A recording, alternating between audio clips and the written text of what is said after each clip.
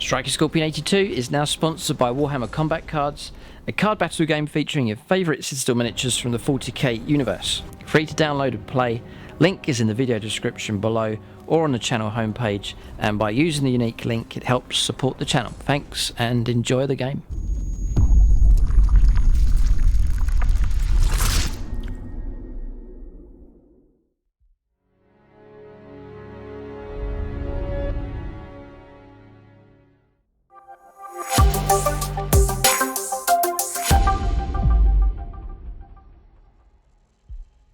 Right, welcome to this top 5 units video, following on the usual format from this series here. It's an opportunity to talk about units that I think are good, units that are strong. Obviously with the new codex now, things have been shaken up, massive rules changes here, major update and shift from the 8th edition book over to this new 9th edition codex. So Eldar in general looking strong.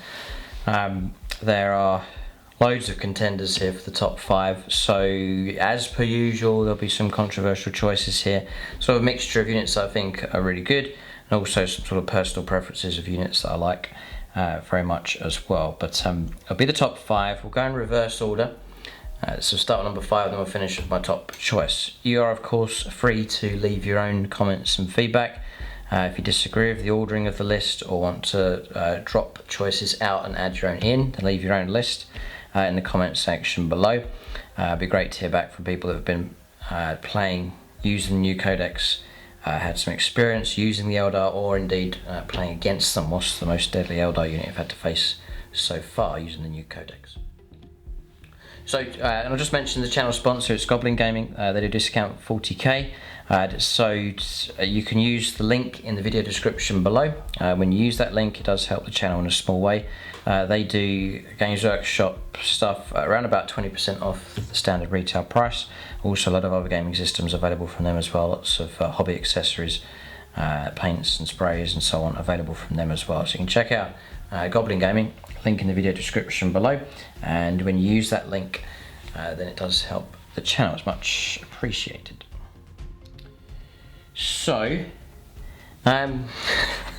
there's going to be a lot of people who disagree with some of the... Well, we'll see what happens. I think some of the choices here are very strong. Perhaps the ordering of them, there may be some surprises that I've chosen.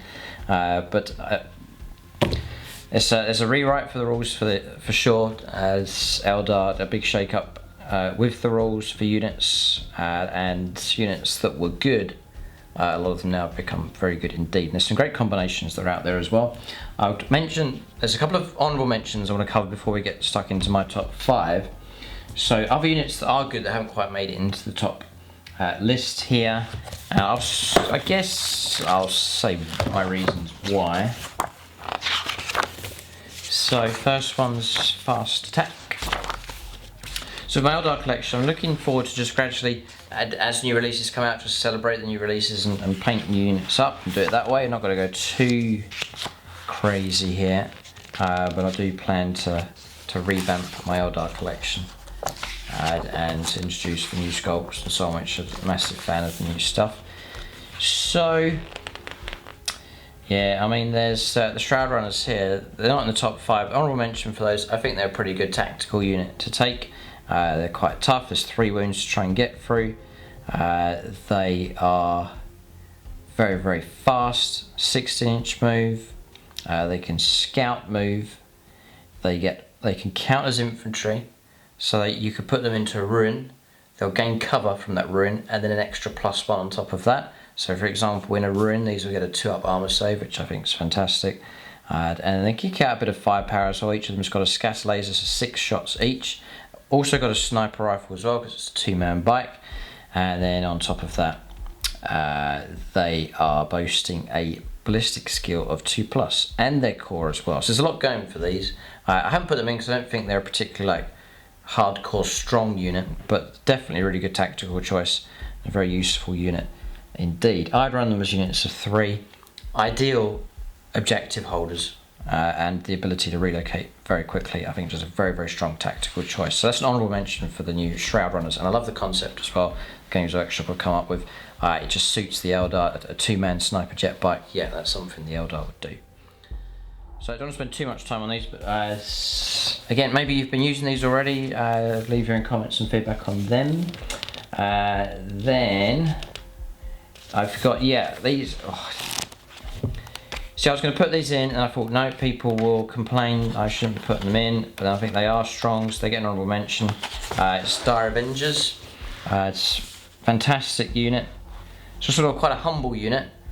You know, the standard stat line for them is not too amazing, a 4 up save, toughness 3, but used well, they can unleash a devastating hail of firepower here. So you've got the Avengers Shuriken Catapult now, range 18, so the best situation with these is to hide them, manoeuvre them out, or to drop them in with like a Wave Serpent, for example, and then just offload them and try and let loose a full volley with them. So the Avengers Shuriken Catapult now, assault 3 shots each, squad of 10, 30 shots. I think for the Exarch you can take an extra Shuriken Catapult, so 33 shots with these.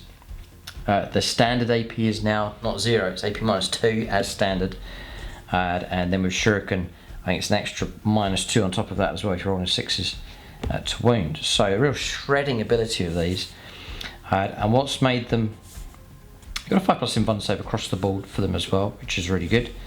But the real thing that's given them a real lift is the stratagem. Don't really need to turn to it, but there's a stratagem that lets them fire twice. It's 2 CP. Avengers of Asuryani here, Dire Avengers units. The idea is you deploy with them, say outside of a transport, full squad, full volley of firepower, and then play the stratagem and then a full volley of firepower again. So for a unit that's relatively cheap, you can kick out tons of 66 shots. I think there's warlord traits that can let you pop extra hits on 6s. There are core units, there's kind of rerolls that can go on. You can use psychic powers to give them reroll hits. You can cast Doom on something. This is really where they start to shred. And Doom will grant reroll wounds against that target, so you're double shooting with Dire Avengers. All those shots come through and rerolling all of your wounds, just shredding and grinding away. And they could pretty much, I would say they could pretty much fire whatever they want. And because of if you're getting loads of rerolls, they're just going to shred through anything. It's going to be armoured monsters, light infantry, heavy infantry, whatever it is, just with that shredding ability and the volume of firepower. I think they're a most dangerous unit. For cheap as well, they're just not going to cost you very much in points. And colour scheme and sculpt wise, still one of my favourite Eldar units. Really do love the Dire Avengers. So, plan to feature those in my new Eldar list, which is over on YouTube channel membership. You'll see the full list on there. A massive shake up with my Eldar collection, and the idea is just to change and adapt the list as time goes on, just as new units come out, new stuff comes off the painted desk, just move my Eldar list around and really go for different combinations, just to enjoy my Eldar collection and a chance to finally get a new codex and just to enjoy using the different parts of it.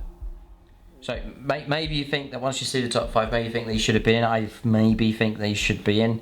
Again, because they're not like a rock solid type unit, but for the effect that they can have and for the value of what you're paying. For what they can do, mightily powerful unit for what you're paying. They're not troops anymore, which is a shame. That is a big shame, but you can still get objectives secured with them. There's ways of doing that, but yeah, 12 points each, squad of 10, 120 points. It's peanuts for the effect that they can have. They're killers. So yeah, it's this one, I think. Yeah, shredding fire. So this is an Exarch ability. Once this unit contains a Dire Avenger Exarch model, each time model that unit makes a ranged attack with a Shuriken weapon, it pops the Shuriken ability on a 5+ instead of a 6, doubling the effectiveness of that. So yeah, it's again an extra AP minus going off of 5+ instead of 6s. So absolutely superb. Dire Avengers, honourable mention. I've spent too much time on them, but honourable mention to them. Fantastic unit. I think with the Eldar, the variety is perhaps the key with them. To have specialist units, but just a nice wide variety of them. Just take one unit of Dire Avengers, equip it really well, give it a task, and then just run with that. Then pick another type of unit, give that a task, load it up to do that job, and just have all these different types of units, all specialist units to deal with stuff. So you're going to take some fire dragons, their jobs to kill monsters and vehicles, equip them to do that, and figure out how to deliver them properly on the battlefield. You got a unit you want to fight in close combat and not be interrupted. Then you take Howling banshees, for example, and then just really pick each individual unit to do its job. And that's the great thing about Eldar, is that massive variety, both in units and in colour schemes that you can go for as well. So another honourable mention is just your standard autarch, just for the adaptability that you can do. Obviously taking relics, warlord traits and so on. The fantastic new model. Yes, he's on foot, but there's options now of giving him swooping hawk wings to help him move around. The autarch jump generator you can give him as well. I think there's a relic for choose wing. You can just help him move around the table nice and quick as well. Stat line is good. 5 attack space is excellent. You can give him the dragon fusion gun strength 9 -4 and d6 +2 damage. Fantastic. You can give him banshee mask, manda blasters. And the Starglaive standard weapon I think is excellent. ×2 strength, -3 and a straight 2 damage on that, which is an excellent weapon. Built-in 4+ invulnerable save, and then just the ability to buff and bonus other units nearby. So big fan of the autarch. That's honourable mention to him as well. And yeah, there's one more. And again, this is probably one that people are going to say, why isn't this in the top 5? But I'll explain why, I guess. It's the Crimson Hunter. I think people are going to say this should be in the top 5. But there's one bit of wariness I have with it. So you go for Crimson Hunter. I think it will cost you a bit. So I would take the Bright Lances and the Pulse Laser. The scary thing about this is always a good unit, but now the scary thing is the damage. So the Pulse Laser strength 9, which is very, very helpful. Just again, you're often going to find you up against toughness 8 targets. And then the damage, D3 +3. So it's between 4 and 6 damage every time. And that's, getting rid of the horrific times you're going to roll a couple of 1s for your damage. You are going to get a guarantee of damage coming through, which is exceptionally useful. So it's really added to the killability of this spell. It's now... Yeah, well, it's not... Yeah, 190 points if you go for double Bright Lance on it. So it's expensive enough. The downside, or the bit where I'm wary about this, I've got grey all over my hands. I've been spraying up terrain. This is why I've got grey stuff all over me here. This spraying loads of new terrain for the channel, so you can keep a lookout for that. But it's Crimson Hunter. It's just the low number of shots is where you can be let down. So yes, there's abilities that you can take to help it, but it's going to let you down at times. And so it seems to be, if you've got an option between a unit that's going to fight a couple of very potent shots, or a unit that's going to fire tons of shots and shred the target down, I would take the shredding option, because it just the sheer number of dice just irons out the unreliability. If you're relying on 3 dice, there's going to be times when you roll 2 1s and a 2 and it's just you've done nothing. Whereas if you got 60 shots come through, they can't all miss and they can't all fail to win. You're going to do a more reliable amount of damage coming through. So that's sort of my argument of what I'm saying here. So Crimson Hunter, yeah, it sounds fantastic, but you've got to get those hits and get those wounds coming through. And the other downside of that, just talking about sort of tactical philosophy here and playing 9th edition. The downside of playing a couple of shots coming through, say you do get your hits and you do get your wounds, then you're handing over to the opponent to then try and make saves or invulnerable saves or any other abilities that's going to negate those couple of shots coming through. And so it can really cut down the ability that these have. And these aren't, this unit's not going to be very effective if just one of those Bright Lance shots gets through. It's just going to be D3 +3 damage, which is not much at all. And so as impressive as it is, and there's for example, there's an X-Arc ability you can take it where it also hits flying targets. You just need to roll to hit, you just get your hits. So 2 Pulse Laser hits, 2 Bright Lance hits, sounds excellent, but then you've got to try and roll a wound. The opponent's got a chance to save, or an invuln save, or other abilities that might stop damage from coming through. And so it can just knock down the potency of these things.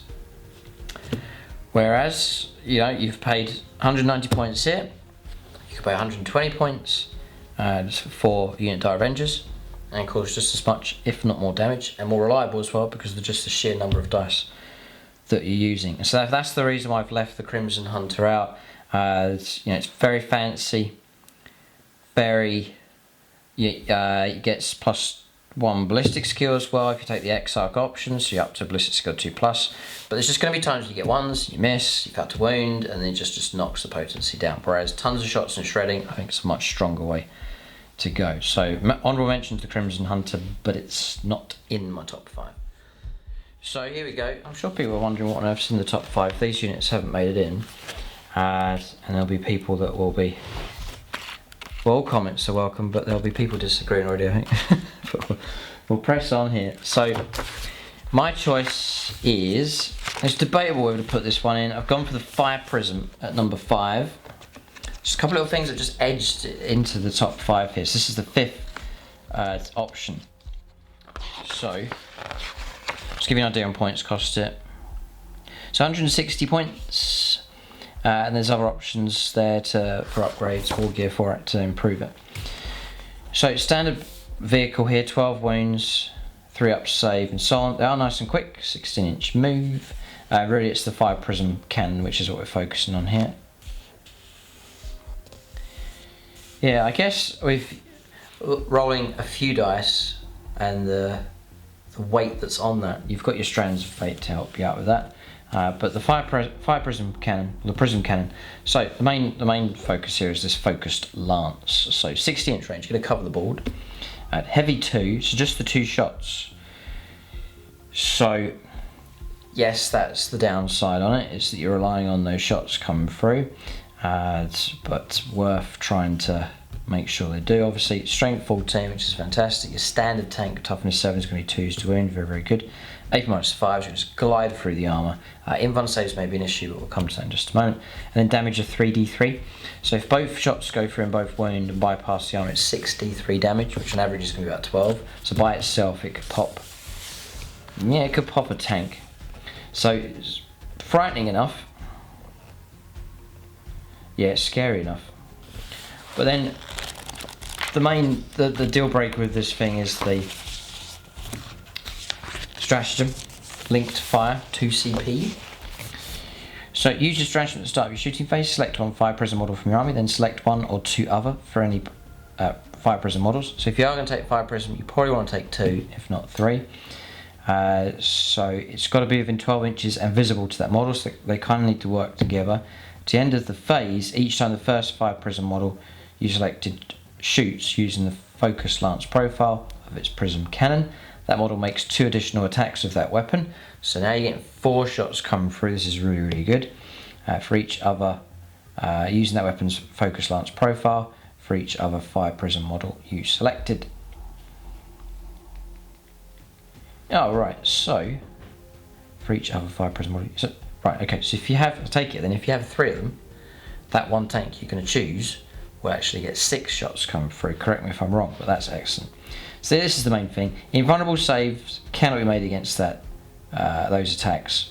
So, for example, you're up against an Imperial Knight striding across the battlefield. You've got 3 Fire Prisms. You bring them out and manoeuvre them into position. This is the target you're going to go for. You've got 2 shots, but you've got 3 Fire Prisms. You play the stratagem. You're going to get those 6 shots come through. You use all the help that you can to get those hits against the target. You then try and get your wounds on strength 14, so 3s to wound. There might be psychic powers helping you out to wound and to hit and so on, but use everything you can to get those hits and wounds. Once you do, you're bypassing the armour and AP -5. You're ignoring any kind of invuln saves, which is one of the main things that stops damage coming through against vehicles.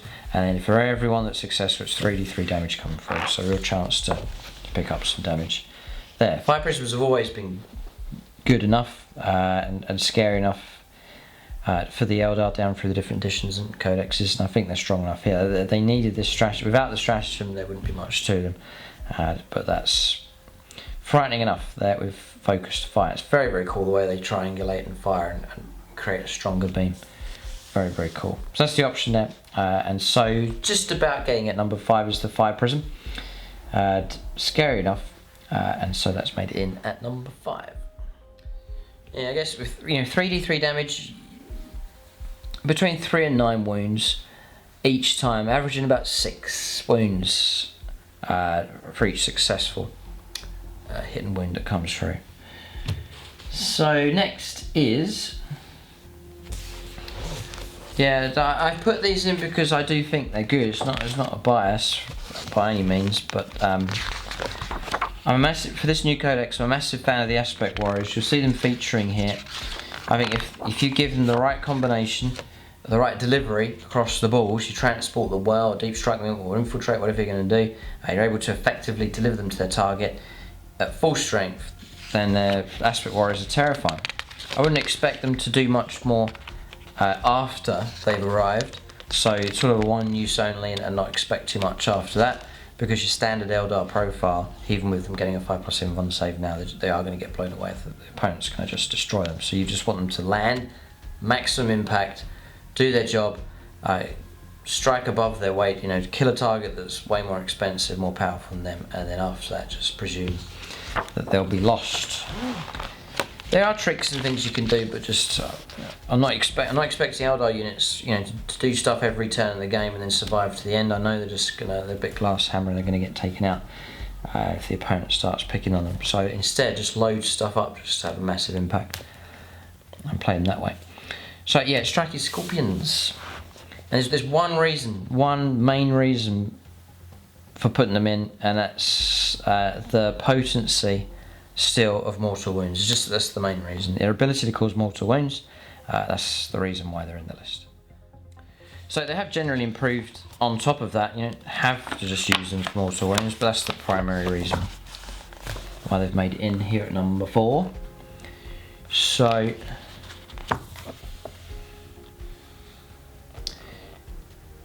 yeah, fire dragons as well, by the way, honourable mention. Terrifying against vehicles, scary enough. But striking scorpions here, so 17 points each, 170 points gets you a unit of those. Scorpion's claws 5 points, biting blade 5. So 3 attacks as standard now with these. The shuriken pistol's got an AP minus on it now, and shuriken ability. The biting blade's not too bad, +2 strength, -2 and 2 damage. You get 2 additional attacks of that weapon as well. So the Exarch's like on 6 attacks of that, which is excellent. The Exarch's, another reason for Aspect Warriors being really good now is the Exarch's are way better than what they were. The Scorpion's Claw in melee ×2 strength, AP -3 and 2 damage, no minus to the hit rolls. Standard number of attacks now for an Exarch is 4, it used to be 2. So here it is, Mandiblasters. Each time the bearer makes a melee attack that targets a unit, excluding vehicle monster units, an unmodified wound roll of 6 inflicts a mortal wound on the target in addition to any normal damage. So 6 is to wound, pops extra wounds, and those wounds are mortal wounds, bypassing invulnerable saves and so on, just melting through armour. Terrifying. And whereas previously, I think it was in the previous codex, it was like one dice per model in your unit, so you've got a unit of 10, it's 10 dice, and each 5+ is a mortal wound. But now it's 6s for every attack coming through. And you remember, you've got a base of 3 attacks. Base. So like 30 attacks with a unit of 10. Yeah, and it means like the Exarch, for example, they can be fighting them over their Scorpion's Claw and doing all their attacks as normal, and then any 6s to wound coming through is Mandiblaster wounds. Excellent, really good. Yeah, and you combine that with sustained assault, so each time Mandiblaster, I don't get it from Mandiblasters here, but each time melee attack is made by a model in this unit, 6s pop extra hits, that's for their chainswords coming through. The actual Scorpion's chainsword is +2 strength, so this fighter strength 5. There's a bit of AP minus on there as well. And you get an extra attack with it as well, which will actually help the Mandiblasters. So 40 attacks now as standard, and more obviously with the Exarch. So they're particularly, you can't do it against monsters or vehicles, but these will be a scourge for anything else they charge into, And particularly nasty if you're able to surround at full strength and get stuck into a character of any kind. It's not a monster obviously or a vehicle, but any on foot character is going to be in trouble. Mortal wounds, no matter what profile they boast, the mortal wounds will just melt their way through. And that's the reason why I put these in, just their mortal wound ability makes them very scary indeed. So again, with the striking scorpions, I think about a way of delivering them across the board, knowing full well the opponent's going to try and blunt them as much as possible, just reduce the amount of models in the unit down.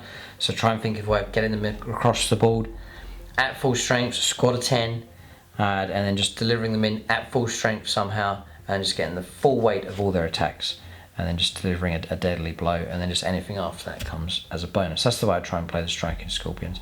But they're in, and it's with the it's the mortal wound ability that's sealed it for getting those in at number 4. We'll just have a little look at Exarch abilities.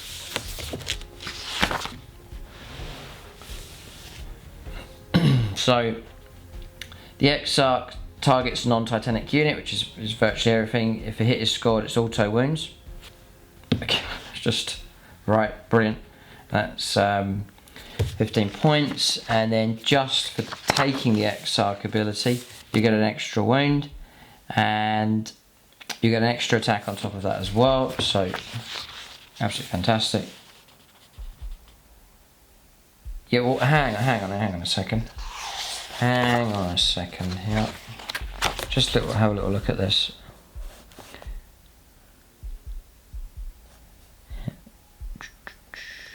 Yeah. Now, I wonder, I guess you can. So, let's say you've played Doom against, some of you are thinking about this already. You've played Doom against a target, it's your ability to reroll your wounds. Can you then try and use that to reroll, to hunt for anti-blast mortal wounds? Each time the bearer makes a melee attack that targets a unit. Unmodified wound roll of 6.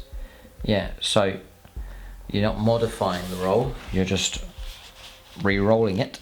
I think you would probably allow to go after the mortal wounds there. There's no cap on the mortal wounds, that's a scary thing as well. So you could charge in like 40 odd attacks. So the Exarch, 42, 43, 44 attacks coming through, and you get a ton of hits. Say you get 30 hits and you're trying to wound. So you say you get 6 mortal wounds come through, and then you decide to reroll and hunt for a load more mortal wounds as well. Scary stuff. So I think they are proper assassins taking out characters. Or small, even like small, looking like Death Shroud Terminators, you know, like a unit of 3 hyper elite big Terminators. Scorpions going into them would cause them trouble. And there's a bit of resilience there. They've got a 5+ invuln saves. They can take a bit of damage coming through, just block some of the key damage from coming through. Striking Scorpions are in, number 4.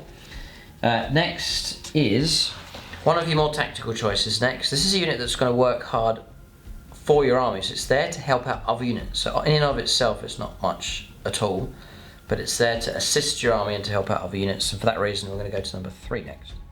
So for number 3, there's a number of factors I've put this in. Again, this is not a killer unit. It's not going to wipe out whole units. It's just not a scary unit in that regard. But it's one of those units that is one of those essentials for an army, I think. Yeah, it's just here. It's a Farseer skyrunner. So I've actually got 6 wounds. They're durable enough. Give you an idea on points. I've actually got one of these. I need to paint one up, but I've got one of these on my new list for the Eldar on channel membership here. I'll maybe cover sort of the combo I'm thinking of going for.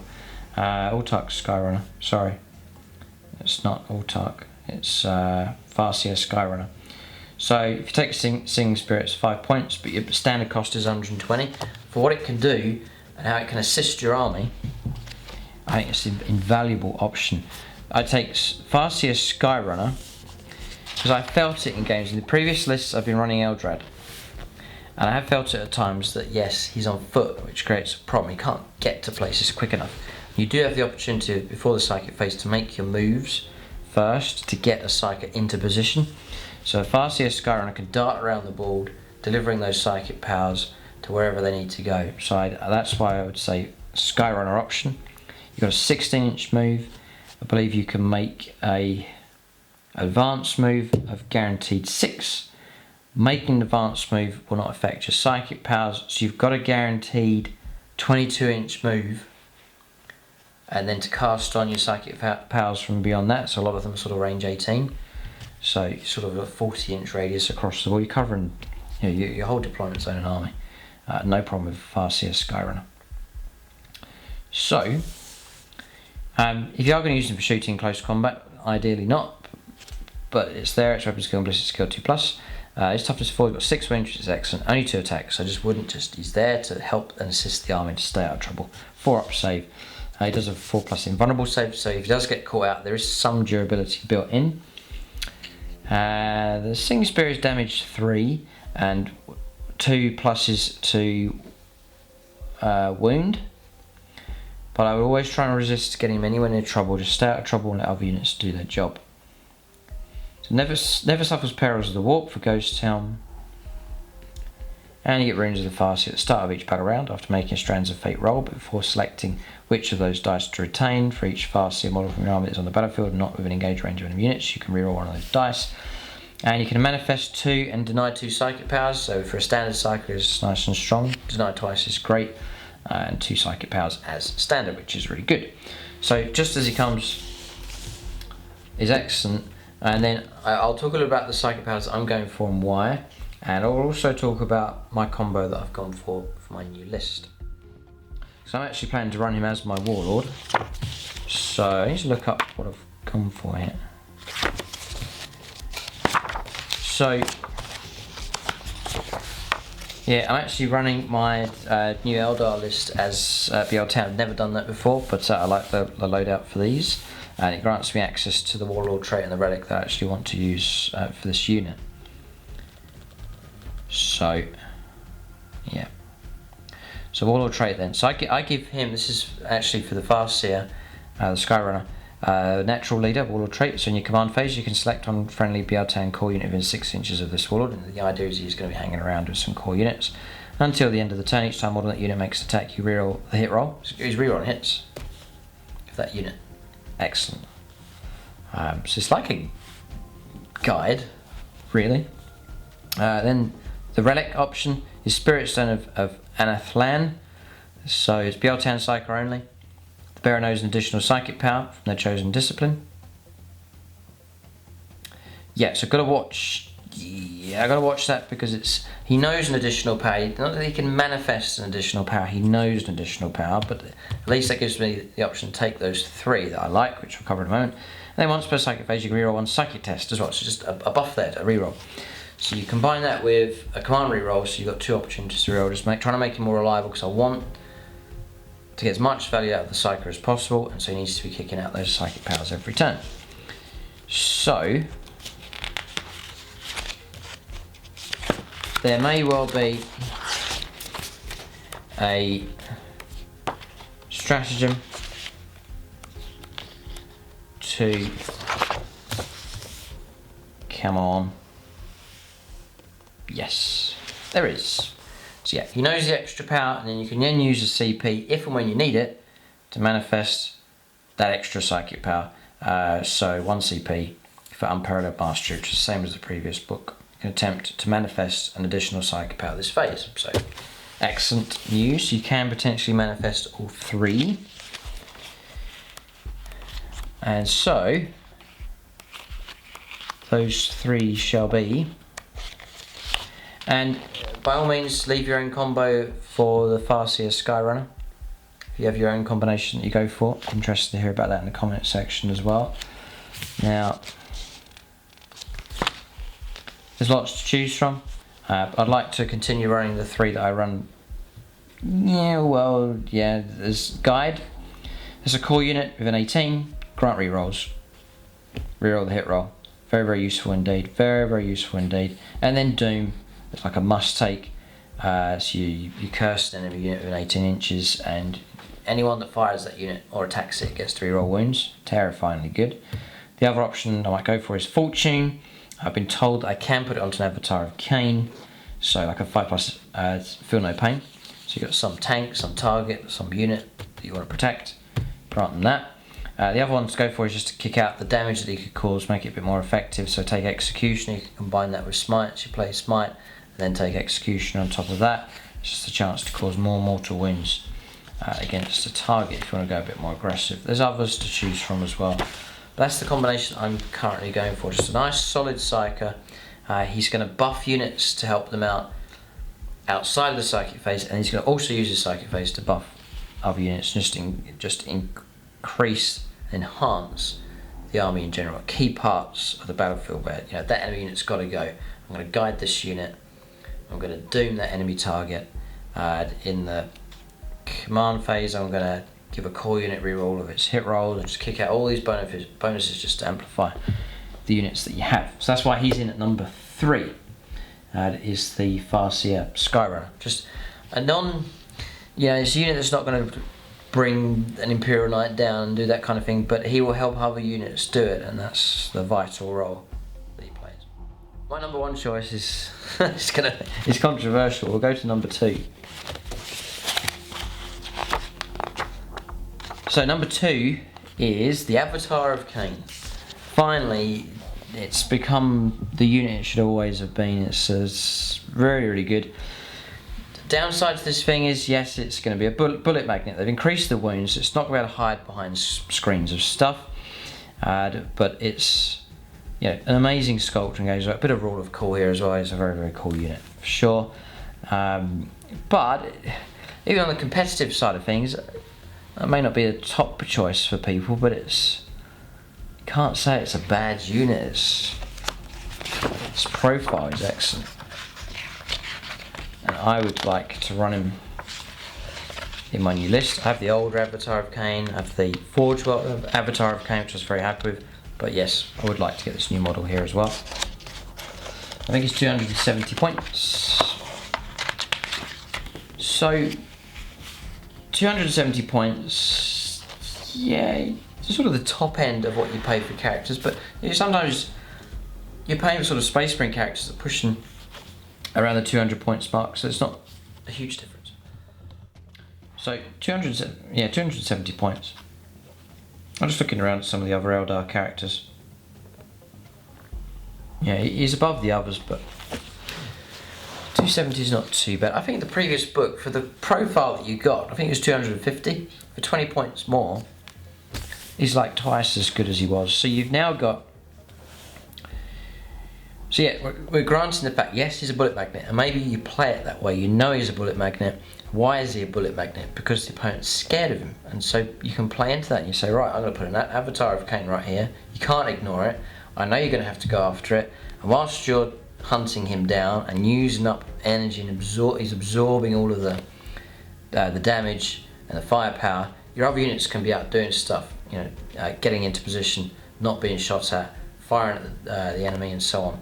And so sometimes, people say, oh, I don't want that unit because it's a bullet magnet, but sometimes you want to take that unit because it is a bullet magnet. So it creates a conundrum for the opponent. If they ignore the Avatar and say, I'm not going to shoot the Avatar, I'm just going to leave it alone, then it's going to have free reign around the battlefield and it will cause havoc.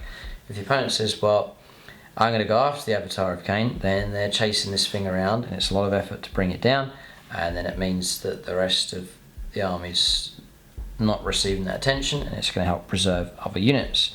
It's a little bit like a Mortarion type thing going on with the Avatar of Khaine. So other reasons why people wouldn't have taken him in the past is too slow, but now you're looking at movement 10, which is for 9th edition games is quick enough around the board.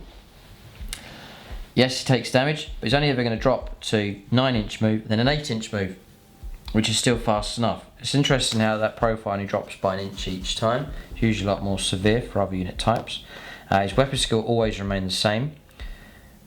Excellent. Ballistic skill starts at 2+, that will drop, but it'll still get to 4+, which is okay. And really, thankfully, you're not relying on the firepower as the main feature of this thing anyway. You're keeping that ballistic skill at 2+. Strength 7, toughness 8, all good. Toughness 8 is excellent, because things like bolters will need 6s to wound.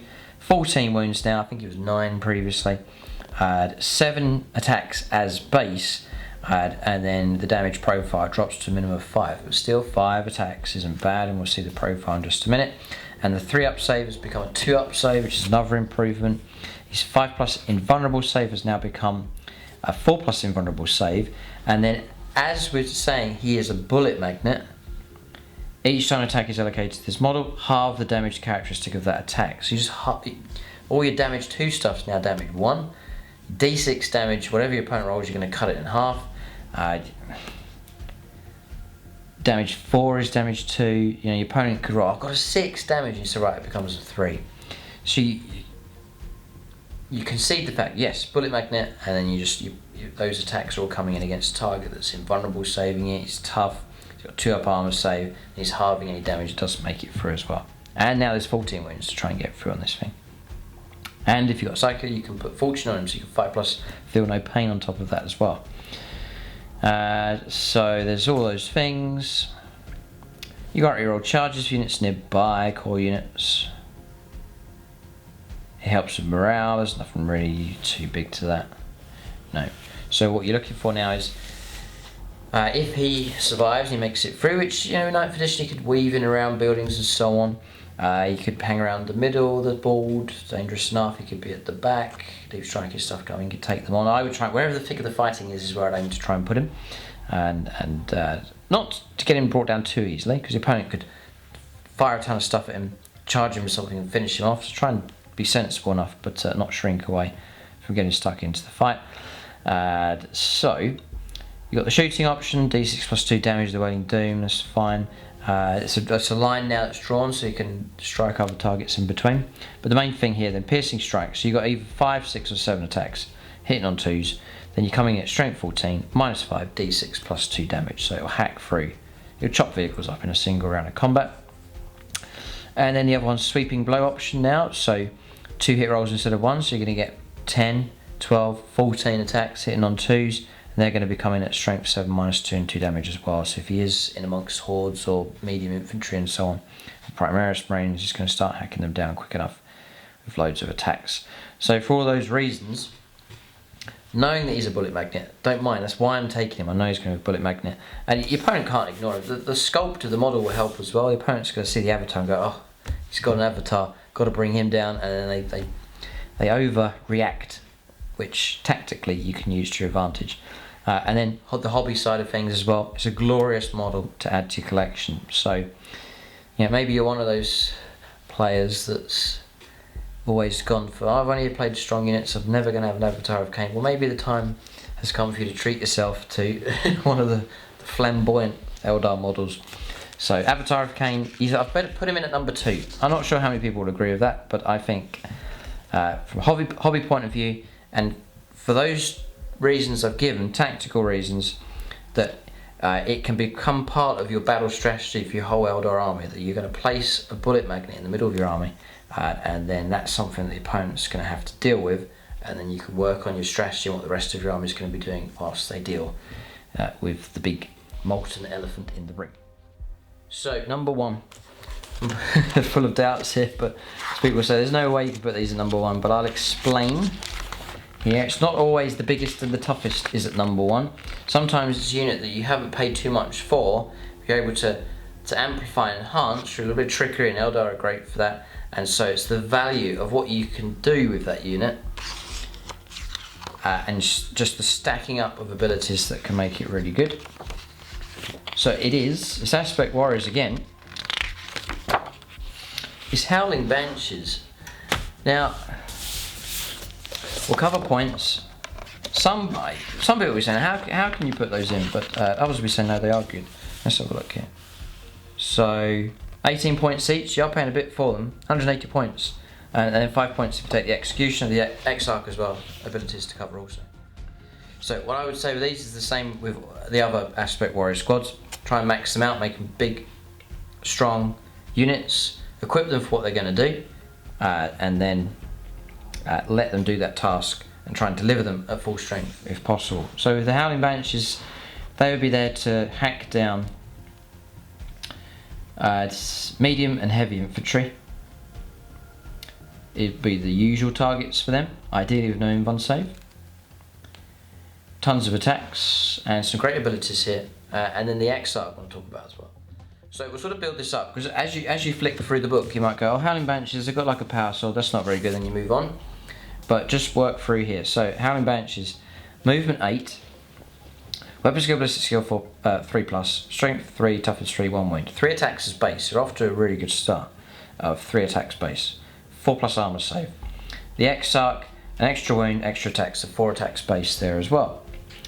So Shroud pistol's okay, don't need to dwell on that.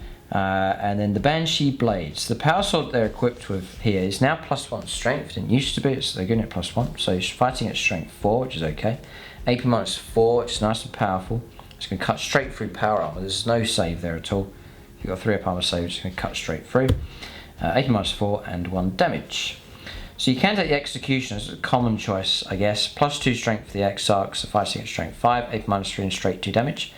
But if you start contemplating mirror swords, some wonderful things can happen. So +1 strength again, so strength 4, AP -3, and then 1 damage. But each time an attack is made with this weapon, make 2 hit rolls instead of 1. So all of a sudden you've got an Exarch here with 4 attacks, and you're doubling it to 8 attacks coming through from an Exarch. That's ridiculous number of attacks coming through from that.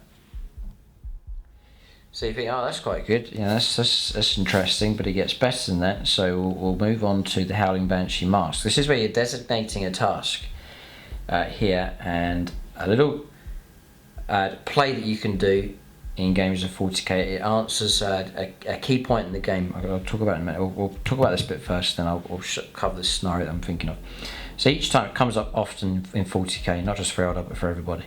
So each time you select an enemy unit as a target of a charge made by the bearer's unit, until the end of the phase, that enemy unit cannot fire Overwatch or set to defend.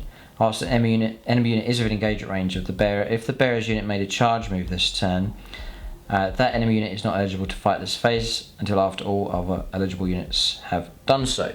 So you're shutting the enemy unit down. They can't Overwatch you, and they can't set to defend. So here's the situation that I'm thinking of in the game of 40k. There's 2 enemy targets you've got to take out. You've got 1 unit you're going to send in and take them down. That's fine. But then what are you going to do about this other target you've got to charge? If you charge in with another unit, the opponent's going to concede the fact, yeah, I can't fight first hit, but then I'm going to immediately interrupt play and I'm going to fight you in this combat and then repulse that attack. Whereas what you can do now with Howling Banshees is you can send in your 2 attacks, so 1 unit charges in, Banshees go into the other. You fight first with your other unit, whilst the Banshees shut down the other unit and stop them from interrupting play, because their Howling Banshee masks force the opponent to fight last, and so you're going to get to go first in both of those combats because of the ability of the Banshee masks for the Howling Banshees. So I've seen that done it with my Drakari. I take a Warlord trait on one of the Archons where he can force the opponent to fight last. So I throw him in, and it's not often him that does the actual damage, but he's there just for the shutdown, and then I'm away fighting against another target, and then he shut the other target down, and so then I get to fight first across the other side as well. So that's a major tactical play that you can do. That could be used for Howling Banshees. So it may be a case you take them tactically, that you're not too worried about the damage that they can do, but it's the fact that they can shut stuff down. Maybe they charge in with another unit, and it's the other unit that will do the main damage. So Howling Banshees. Just there, just want to check a little bit of wording here. You're going to stop Overwatch as well, so it could be a really scary Overwatch unit. You send in the Banshees against them. So I'm talking about specialist aspect units to go against a certain type of target, equipped to do that, and then they're equipped to do it well. I'm just looking at the yeah, so it could be, you could also use them to charge in against a target they're not really built to take on, but they charge in just to shut that unit down whilst you bring another unit in that will do the damage and destroy the target. So they can work in combo with friendly units as well. But they're scary enough. You got 30 odd attacks plus a fair bit more potentially with the Exarch. And these are all power sword attacks coming through. If you haven't got an invuln save, you're in massive trouble against these. You combine that with Doom, for example, rerolling your wounds. Scary stuff. 5+ invulnerable save. There is a little bit of durability with them. So you've got Whirling Death. Each time model in this unit makes a melee attack, if that model made a charge move this turn, add 1 to the wound roll. That's ridiculous. Huge. Massive, massive help, because now, as they are a threat to vehicles. +1 to the wound roll against anything, everything. Acrobatic. This unit is eligible to declare a charge on turn in which it advances. Now you've got a bit of stretch with them, so you can disembark 3, move 8, and then advance on top of that and still charge. I think there's a strategy that gives you a guaranteed 6-inch advance, so now you've got a real stretch that they can move across the board. And again, I play these, you try and deliver them at full strength inside a wave serpent, swing that wave serpent round, tuck it away, get it into position, and then spring out from it on another turn and go for the charge. It may be a case that you're making surgical strikes with Eldar units. You send them in, they do their task, destroy a target, and then they die. Well, they've done their job. That's the idea. So you can advance the charge, and then each time an attack is made against this weapon,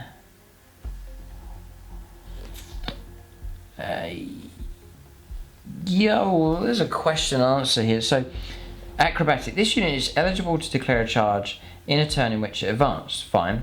Each time an attack is made against this unit, subtract 1 from the hit roll. So is that shooting and close combat or close combat only? I've got a feeling that could be shooting as well. But -1 to hit them regardless. So that all helps. We're just stacking up all these little extra abilities here. So at the moment we've got a ton of power sword attacks coming through, and the key tactical ability to shut a unit down. And the other reason, these are in my new list by the way, the other reason is these are the resculpt plastic. Fantastic resculpt from Games Workshop. Really, really good. So I want to try and switch to banshees here and make the most of them. Take a full squad of 10. Back to the good old days of 10 banshees in a wave serpent. That was a combination that was super popular a number of editions ago. It's been that way for a long time. But now there's real potency with them. I think a friend of mine, I first got into 40k, was running 10 banshees in a wave serpent, and that was 2nd edition, I think. 40k, 2nd edition, 3rd edition, and it's a combination I'm looking to do again 20 years later. 20 years later, oh boy. Right, so that's more than 20 years ago. Yeah, it's 25 odd years ago. Now, what I'm looking for is Exarch powers. So if you take the Exarch, you're going to get the extra wound and the extra attack. So for mirror swords, immediately that's going to bump it to 10 attacks now with mirror swords, which is utterly ridiculous. And there's a few little tricks. I'm just looking at what I did for my list here. So yeah, so what you can do, try to give you little tricks here. Obviously there's all sorts of combinations. It's such a deep codex, there's loads of combos you can go for.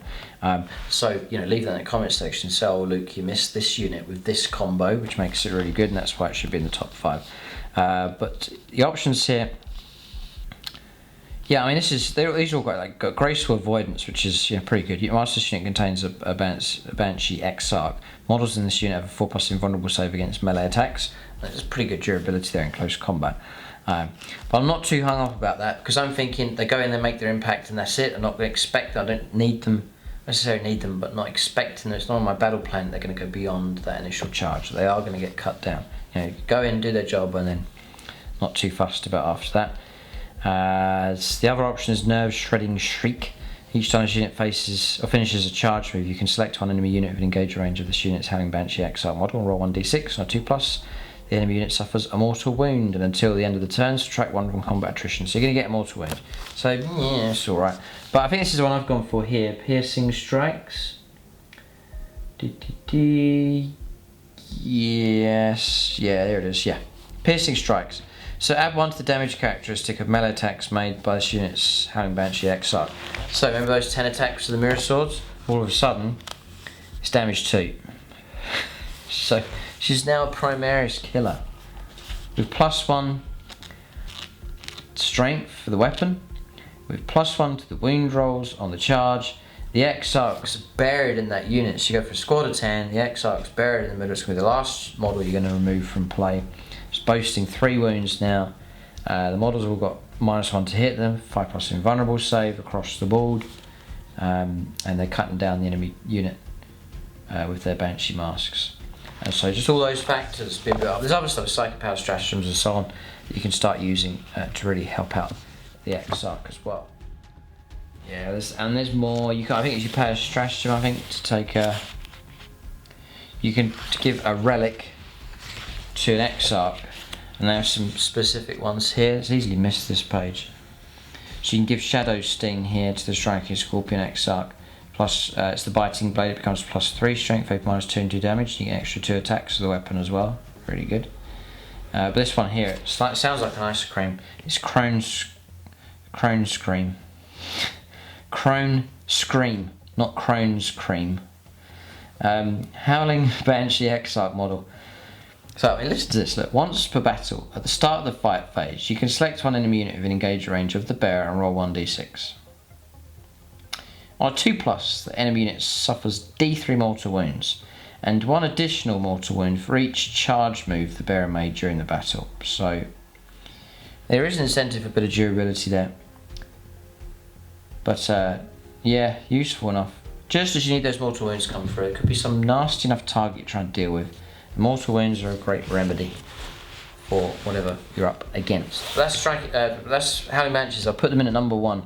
I'm sure there'll be people that disagree with that, but I think if you stack up all the combinations with them and you give them a specific role, shut down a target, force them to fight last, shred them with power sword attacks, go for the mirror swords option, start stacking up abilities with that, you've got a fantastic hero buried amongst that unit. And Banshees could be a real pain to deal with because you've got the -1 to hit rolls, the 5+ invulnerable saves, and so on for them. And so for that reason, I put them in at number 1. But that's my top 5 for the Eldar. As I said, honourable mentions to the Crimson Hunter, the Shroud Runner models, the new models that Games Workshop have done, the 2-man sniper bikes, the Avengers. Very, very strong unit, I think, with the double shooting ability and tons of shredding firepower they can do. And I've sort of argued that that's way more reliable than sort of the 1 or 2 high potency shots. Tons of shots, shredding, I think is much better than relying on a couple of dice which can let you down and sometimes do nothing.